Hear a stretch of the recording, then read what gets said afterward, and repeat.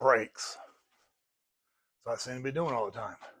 715 brakes, then deuce and a half, well, like deuce and a half brakes, then 715 brakes, then deuce and a half brakes, and now deuce and a half brakes again.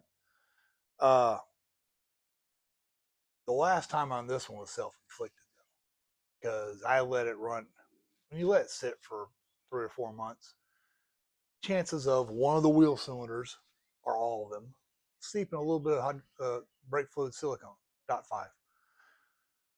That is the one big drawback with .5.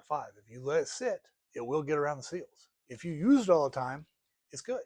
But if it sits, it goes beyond the seals. It'll leak out a little bit. And what made this one bad was well, I'm not done talking about it.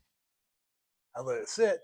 I didn't check the fluid. I just got in, fired it up, and pushed the pedal into the floor. Then I put air everywhere in the line. So my last video about this truck was bleeding the air pack. Fill it full of fluid. Use either a helper or you can just let it do gravity. I like using the pressure bleeder and bleed the air pack first. And that got me good pedal. So to avoid that, something that I've seen on Steel Soldiers for 20 plus years now is people talking about a remote reservoir for the deuce and a half brakes. You have a single line brake system. So if you're out of fluid, you got no brakes. There's no backup. And the Air Force, at least in the mid 80s, had some dual line master cylinder trucks that had the backup for that. This one doesn't have. This is a 71. It doesn't have that. So being able to see how much fluid you have without pulling the floor apart, undoing a fitting, and then unscrewing a cap that's hard to get to, then looking down a hole, that's a good thing. And people have been doing this for years on Steel Soldiers. I just haven't really seen the need. When I was driving them all the time, this one and the gasser, never the need. Now they're sitting most of the time. I got parading a little bit. I need to be able to do that. So instead of making my own setup, which can be done, there's a place called Big Mike's Motor Pool.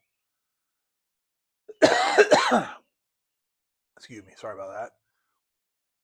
He makes a setup for this, a remote reservoir setup, and he uses the parts I would use anyway. So I bought his kit. He sells on eBay and Amazon. I bought off Amazon. And yeah, I am a Amazon affiliate member, so you buy something from the link in my description, and it says the same thing in there. You get same price, I get a little bit of a cut. And that little bit of cut is averaging about $1.50 a month. So it's not, you're not making me rich. So buy all you want. You won't make me rich. Um, anyway, here's what I did. I just installed it. Took me, I don't know, 30 minutes. And I went the easy ways. So first off, there's the remote reservoir. It is a Willwood 7-ounce, which is what I would have used anyway. I have it set to the max line, and get the light on. You can see I didn't even drill any holes in the back. I used one of the holes in the back of the cab. Let's see if I can show the bolt.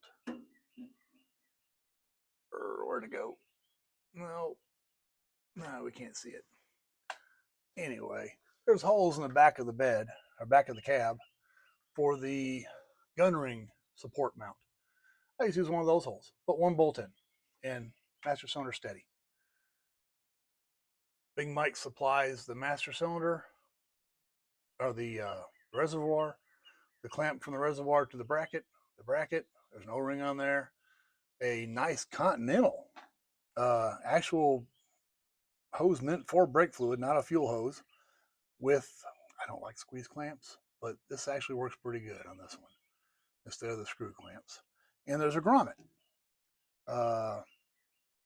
For the hose, there was already a hole in my floor there. I have no idea what that hole was for.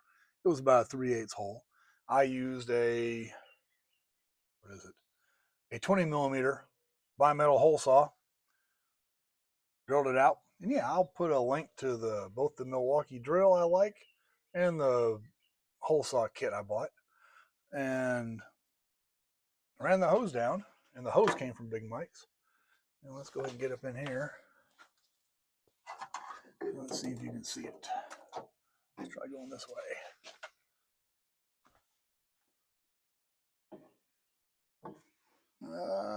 Kind of. That metal cap right here, that came from Big Mike's. That covers the vent line, and this is an elbow that came with the kit that screws in the mass shoulder lid. And I'm gonna go the other way. And that elbow is a machine screw on one side, and there you can see the squeeze clamp and the hose on there. That's the entire kit. That is it. Well, there's some zip ties in there too, but I didn't need those. And now I have a full master cylinder.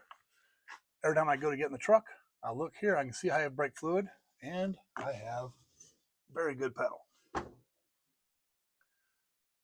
So, yeah, you can build it. You can buy the reservoir. I think I looked last week. They were $38, $39.